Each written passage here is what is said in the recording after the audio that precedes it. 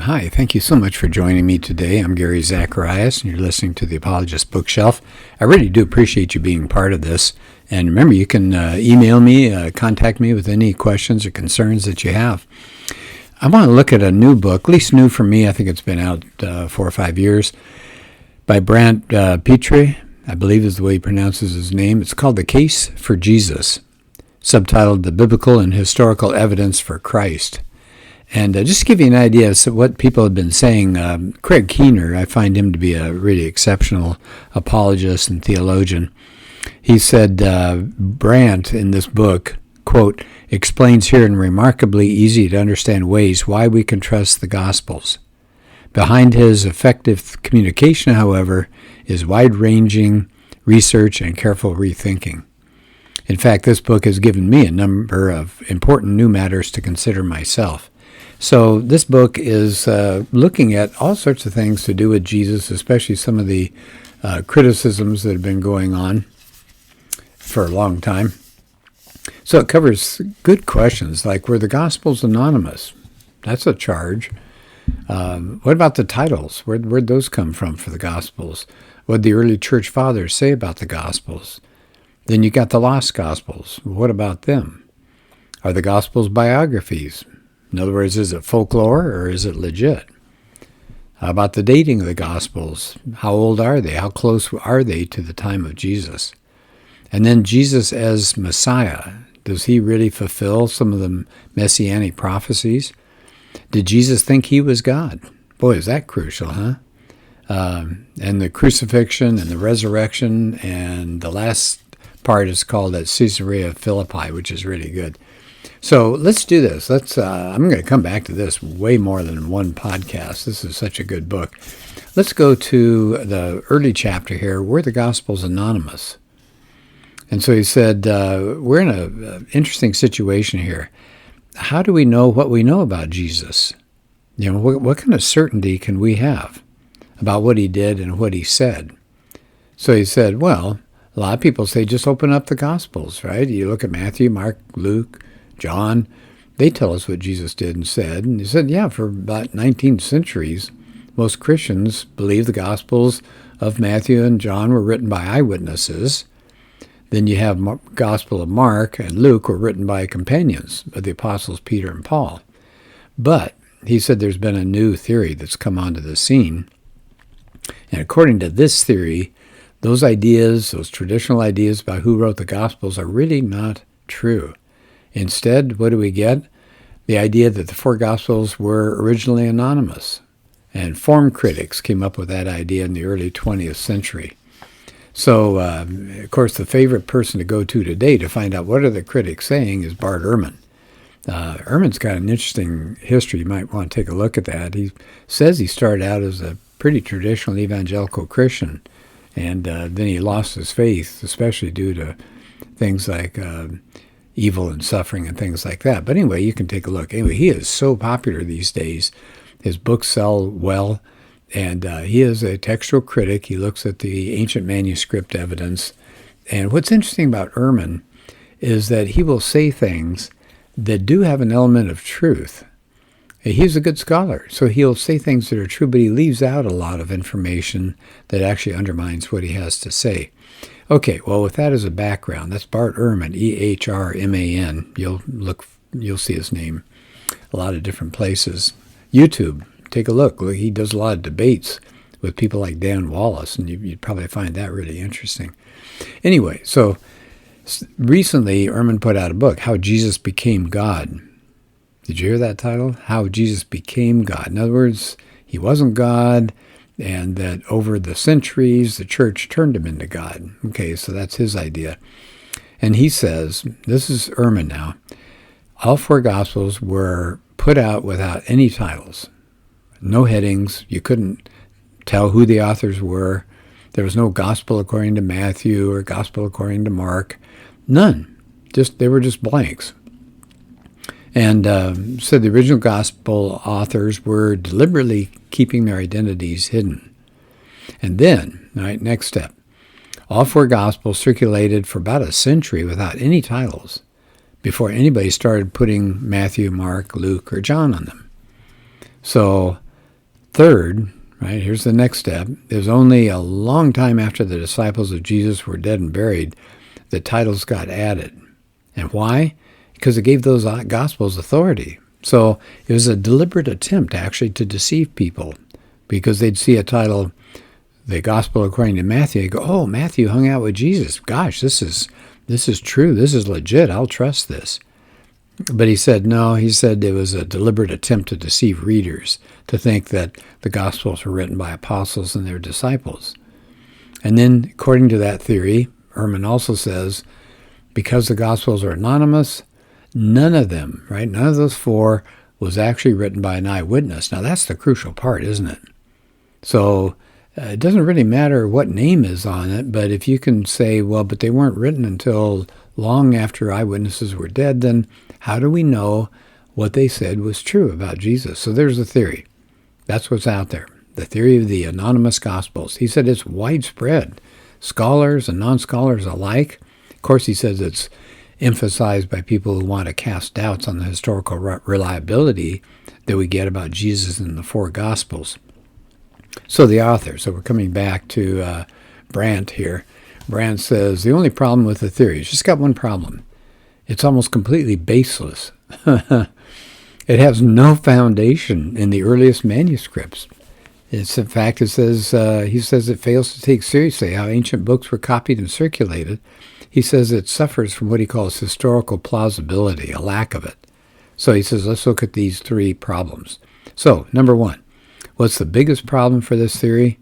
And I ended up underlining this seriously. No anonymous copies of Matthew, Mark, Luke, or John have ever been found. They don't exist. He says, as far as we know, they never have. Wow. And he's got a chart here, which is fascinating, on page 16. No anonymous gospel. So he goes back and he shows you a list of the earliest Greek manuscripts going back to the 2nd and 3rd and 4th and 5th centuries. And guess what? Every one of them, all these papyri and the codexes, they all say gospel according to fill in the blank, either Matthew or Mark or Luke or John. So he said, look at that list. He said, there is no anonymous gospel manuscript. He said, you know why? They don't exist, not even one. So he said, when it comes to the title of the Gospels, for their titles, he says it's not just the earliest and the best manuscripts, but he says, and this is in italics, all of the ancient manuscripts, he says without exception, in every language, attribute the four Gospels to, you ready? Matthew, Mark, Luke, and John. He quotes a New Testament scholar, Michael Bird. There is absolute uniformity, he says, in the authors that each book is attributed to. So he said, take a look at that. He says, now Bart Ehrman says, well, he says, we have a wide variety of titles for the Gospels. He says, really? What's the wide variety? He said, the only difference is some of them say the Gospel is missing. In other words, one will say the Gospel according to Matthew, another one will say according to Matthew, one will say the Gospel according to Mark, another one may say according to Mark. But he says they all attribute those four names. They're found in every single manuscript we possess, those four. He says, notice the titles are present in the most ancient copies that we have. So he says, in summary, what's he saying here? The earliest and best copies of the four Gospels are unanimously attributed to Matthew, Mark, Luke, and John. There's no evidence at all that they first came out without titles. Okay, so that's good. Here's the second problem, he says. So the first problem is that we can't find any of these so-called anonymous Gospels. Here's the second problem. He says that theory about the anonymous Gospels. He says it's really implausible. He said, now catch this. If this was true, you have this anonymous gospel and it's going all over the place, and then scribes throughout the Roman Empire who have not talked to each other come up and agree that this one was by Matthew and the other one was by Mark and so on. So he said, picture this. You got this anonymous book. Let's take the Gospel of Matthew. So this book is copied by hand, and it's recopied, and it's recopied. It goes throughout the Roman Empire for years and years and years. And he says sometime in the early 2nd century, the exact same titles are supposedly added to all 4 of these very different anonymous books. Now, they've been spread throughout the Roman Empire. They're all over the place. So he said, how did these unknown scribes add the titles to the books that the other scribes are putting the titles to? How'd they communicate with each other? So they would say, look, let's all call this one Matthew, right? So you get the story of the birth of Jesus. Or the book of Luke, right? You get the Song of Mary. How'd they all know, say, okay, let's make that one that has a Song of Mary. Let's call that Luke. And he said, all these Gospels, how did they do that? So he said, there are multiple Gospels circulating. He says, why don't some copies that are attributed to Matthew, Mark, Luke, and John, why aren't others attributed to somebody else, like maybe Andrew or Peter or Jude? If they just had scribes sitting around falsely adding names, why wouldn't we find some anonymous copies and some contradictory titles? We don't find that. He says, compare that, for example, to the evidence for the New Testament letter to the Hebrews. Now, that really is anonymous. He said it has no identification of the author, not even in the title. So we get this anonymous book that people have wrestled with. And it says some people say it was by Timothy, some say by Paul, and so there's a controversy over that. So it says, look at that. The scholars that claim the Gospels are anonymous can't explain why we don't have a whole bunch of different suggested authors like we do with the letter to the Hebrews. Here's the third problem with these anonymous Gospel ideas. Here's the third problem. That these false attributions were added. Remember, this is the theory. They were added a century later. Why? To give the Gospels what they were calling much-needed authority. Really? So here are these anonymous Gospels. So somebody sits down and says, look, we got to put names on them.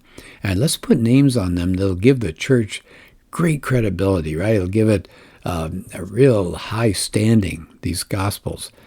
But here's his question. If that's what they did, why would they name 2 of the 4 Gospels according to non-eyewitnesses? Why would they pick Mark and Luke? They never even knew Jesus. So if you want authority, if you want certainty, if you want people to buy into your gospel, why wouldn't you attribute, he says, your anonymous gospel like to Peter or to Andrew? Well, why not go right to the top and say the gospel according to Jesus? Now, there are apocryphal gospels.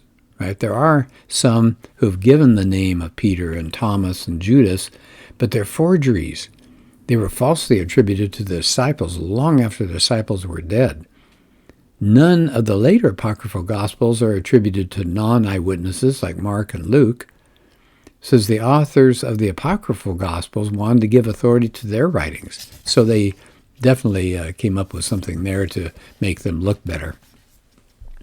Okay, second chapter that I would like to look at here. I've got a few more minutes, if that's okay. He says, let's look at the internal and the external evidence for the titles. So he says, let's start with Matthew, right? So we got the book of Matthew. Who's Matthew? Well, Jesus calls Matthew to leave behind his life as a tax collector and go with him. And it says, notice this. The first gospel is attributed to the only one of Jesus' apostles who would likely have been literate. He could read and write, right? Because he was a tax collector. Now, it's kind of interesting.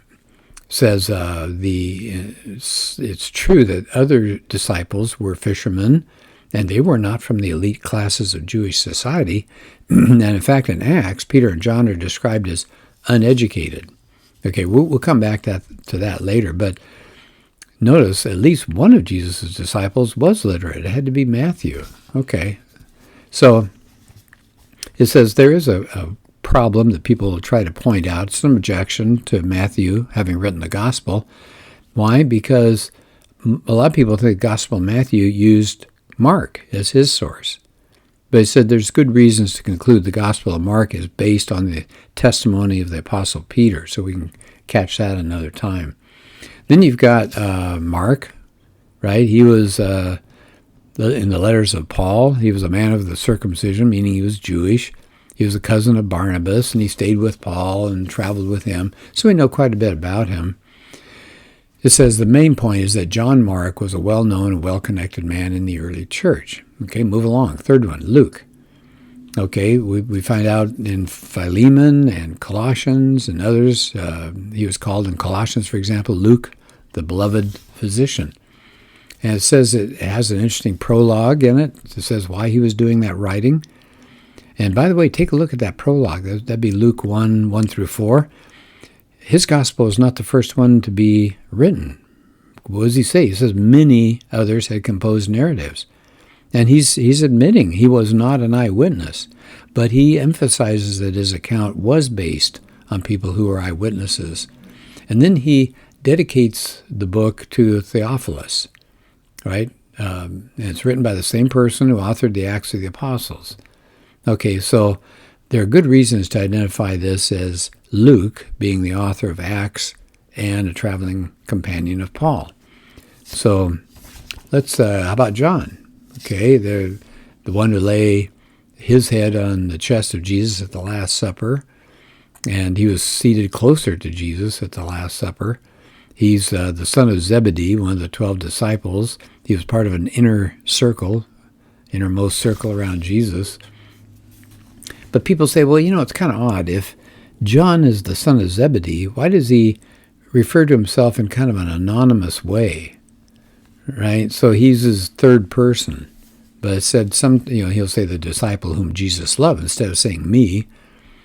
But some people say, well, maybe it was to invite readers of the gospel to see themselves in him.